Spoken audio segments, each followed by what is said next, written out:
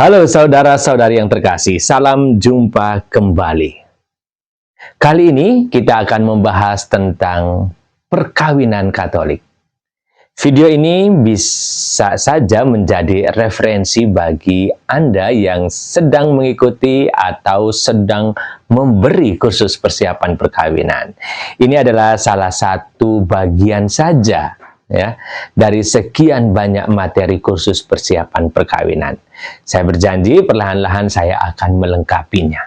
Karena itu, video ini tidak bisa dijadikan sebagai sarana pengganti pertemuan tatap muka. Karena kursus persiapan perkawinan itu selalu lebih efektif kalau diadakan dalam tatap muka, ya, mengingat kejujuran dan kerahasiaan di beberapa bagian dalam masa persiapan perkawinan ini adalah syarat penting yang tentu tidak bisa secara vulgar diungkapkan dalam video satu arah seperti ini. Oke? Nah, saudara, dalam tradisi gereja Katolik, perkawinan itu bukanlah sekedar kontrak sosial atau kesepakatan emosional semata. Pernikahan atau perkawinan juga bukan sekedar pesta atau janji di depan catatan sipil. Dalam gereja Katolik, dalam tradisi gereja Katolik, perkawinan merupakan sebuah sakramen yang berarti tanda nyata dari kehadiran Allah yang sekaligus menguduskan manusia. Bisa dikatakan bahwa perkawinan itu sakral dalam gereja Katolik. Kata sakral itu berarti bersifat kudus. Allah, sang sumber kekudusan itu, berperan di dalam sakramen, ya, berperan di dalam sakramen perkawinan maksudnya. Dasar keindahannya tidak datang dari aturan manusia, melainkan langsung dari hati Tuhan kita sendiri yang tertulis dalam kitab suci. Mari kita mulai dengan membuka kitab pertama dalam Alkitab, yakni kitab Kejadian. Ya, kita baca di bab 2 ayat 18. Tuhan Allah berfirman, "Tidak baik kalau manusia itu seorang diri saja. Aku akan menjadikan penolong baginya yang sepadan dengan dia." Lalu Tuhan Allah membuat manusia itu tidur nyenyak. Ketika ia tidur, Tuhan Allah mengambil salah satu rusuk daripadanya, lalu menutup tempat itu dengan daging. Dan dari rusuk yang diambil Tuhan Allah dari manusia itu, dibangunnyalah seorang perempuan, lalu dibawanya kepada manusia itu. Lalu berkatalah manusia itu, "Inilah dia, tulang dari tulangku dan daging dari dagingku. Ia akan dinamai perempuan sebab ia diambil dari laki-laki.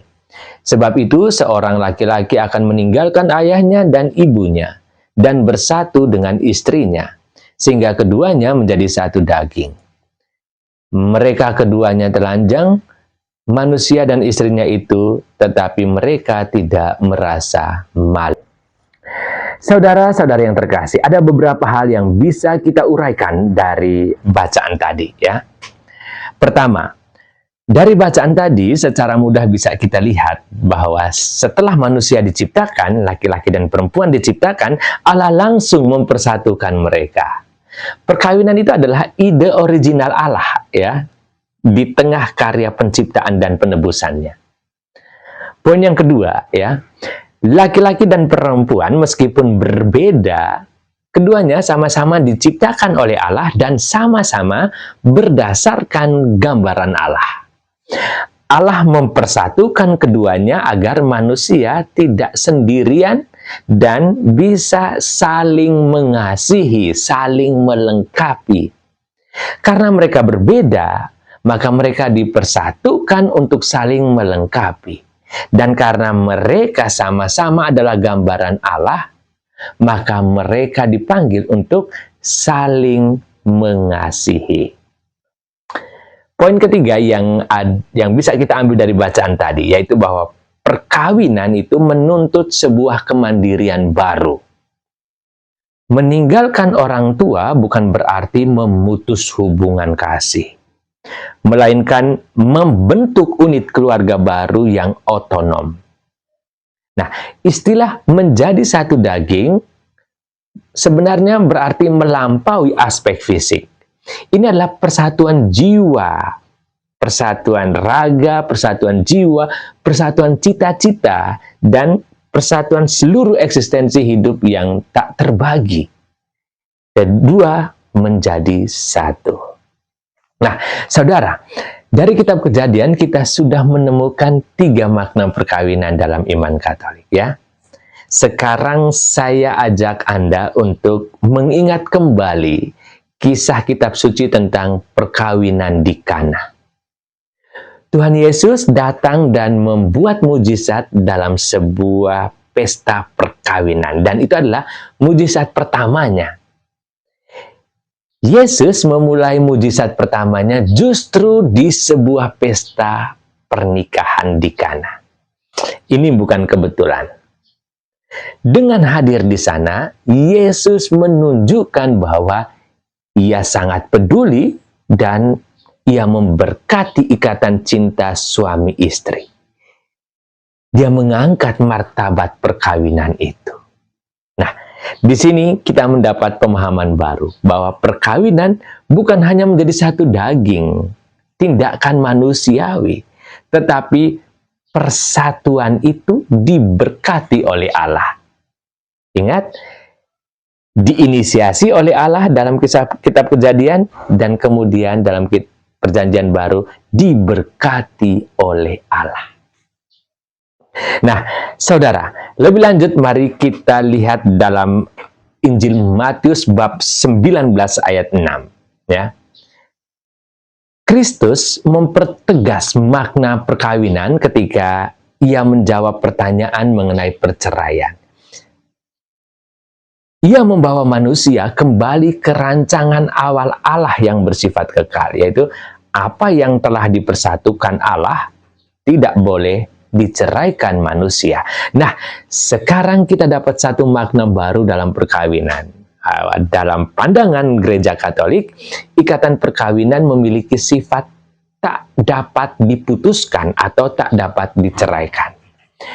Ketika seorang pria dan wanita mengikrarkan janji di hadapan gereja, Allah sendiri yang mengikat simpul tersebut. Oleh karena itu, perkawinan Katolik bersifat seumur hidup. Kekuatan untuk setia tidak datang dari kemampuan manusiawi semata, melainkan dari rahmat Allah yang menyertai pasangan tersebut. Nah, sampai di sini kita sudah dapat 4 makna perkawinan dalam Gereja Katolik, ya. Kita ulangi dari awal. Pertama, perkawinan itu adalah inisiasi, datang dari Allah sendiri. Yang kedua, bahwa dipersatukan oleh Allah untuk saling melengkapi dan saling mengasihi. Dan yang ketiga, bahwa perkawinan itu diberkati oleh Allah, ya. Bukan hanya sekedar tindakan manusiawi, tetapi juga diberkati oleh Allah. Dan yang keempat, bahwa perkawinan itu tak terceraikan. Apa yang sudah dipersatukan oleh Allah tidak bisa diceraikan oleh manusia. Nah, sekarang mari kita lihat surat Rasul Paulus kepada jemaat di Efesus bab 5 ayat 22 sampai 33. Kita baca yuk. Hai istri, tunduklah kepada suamimu seperti kepada Tuhan. Karena suami adalah kepala istri sama seperti Kristus adalah kepala jemaat. Dialah yang menyelamatkan tubuh. Karena itu, sebagaimana jemaat tunduk kepada Kristus, demikian jugalah istri kepada suami dalam segala sesuatu.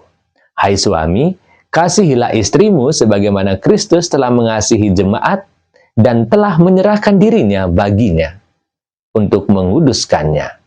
Sesudah ia menyucikannya dengan memandikannya dengan air dan firman, supaya dengan demikian ia menempatkan jemaat di hadapan dirinya dengan cemerlang tanpa cacat atau kerut atau yang serupa itu, tetapi supaya jemaat kudus dan tidak bercela. Demikian juga suami harus mengasihi istrinya, sama seperti tubuhnya sendiri. Siapa yang mengasihi istrinya, mengasihi dirinya sendiri. Sebab tidak pernah orang membenci tubuhnya sendiri, tetapi mengasuhnya dan merawatinya, sama seperti Kristus terhadap jemaat, karena kita adalah anggota tubuhnya. Sebab itu, laki-laki akan meninggalkan ayahnya dan ibunya dan bersatu dengan istrinya, sehingga keduanya itu menjadi satu daging. Rahasia ini besar, tetapi yang aku maksudkan ialah hubungan Kristus dan jemaat. Bagaimanapun juga, bagi kamu masing-masing berlaku. Kasihilah istrimu seperti dirimu sendiri, dan istri hendaklah menghormati suaminya. Saudara-saudari yang terkasih, dari bacaan tadi, Rasul Paulus memberikan dimensi spiritual yang paling dalam bagi kehidupan keluarga atau perkawinan. Ia menyandingkan hubungan suami istri sejajar dengan hubungan antara Kristus dan jemaatnya. Ada nilai pengorbanan diri. Suami dipanggil untuk mengasihi istrinya seperti Kristus mengasihi jemaat, yakni dengan menyerahkan nyawanya. Kasih ini tidak bersifat menuntut, melainkan melayani. Ada juga nilai kesetiaan dan nilai hormat. Istri dipanggil untuk menghormati suami, sebagaimana jemaat taat kepada Kristus. Nah, ini bukanlah hubungan atasan-bawahan, melainkan sebuah harmoni cinta, di mana keduanya saling mendahulukan kepentingan pasangan. Sekarang, melalui teks ini, perkawinan Katolik dipahami sebagai saksi hidup di dunia tentang bagaimana Allah mengasihi umatnya. Sebuah kasih yang sabar, kasih yang rela berkorban dan tanpa syarat. Disinilah makna baru perkawinan dalam gereja Katolik, yakni sebagai saksi hidup di dunia tentang bagaimana Allah mengasihi umatnya. Sebuah kasih yang sabar, rela berkorban dan tanpa syarat. Itulah sebabnya dalam Katolik, perkawinan itu disebut sakramen, tanda nyata kehadiran kasih Tuhan di dunia. Saudara-saudari yang terkasih, sebagai kesimpulan, kita bisa katakan bahwa secara biblis, perkawinan Katolik adalah perjalanan iman yang dimulai dari panggilan Allah dalam kitab Kejadian, dijaga oleh janji setia yang tak terputus dalam Injil Matius, dan dihidupi melalui kasih yang penuh pengorbanan di Efesus. Demikian pembahasan kita di video yang pertama ini sebagai pembuka wacana bagi kita semua dalam memasuki masa persiapan perkawinan. Sampai jumpa di video selanjutnya. Bergabunglah bersama kami, keluarga hati kudus Yesus dan Maria. Ada imam, bruder dan suster, berbagi hidup dalam karisma yang sama.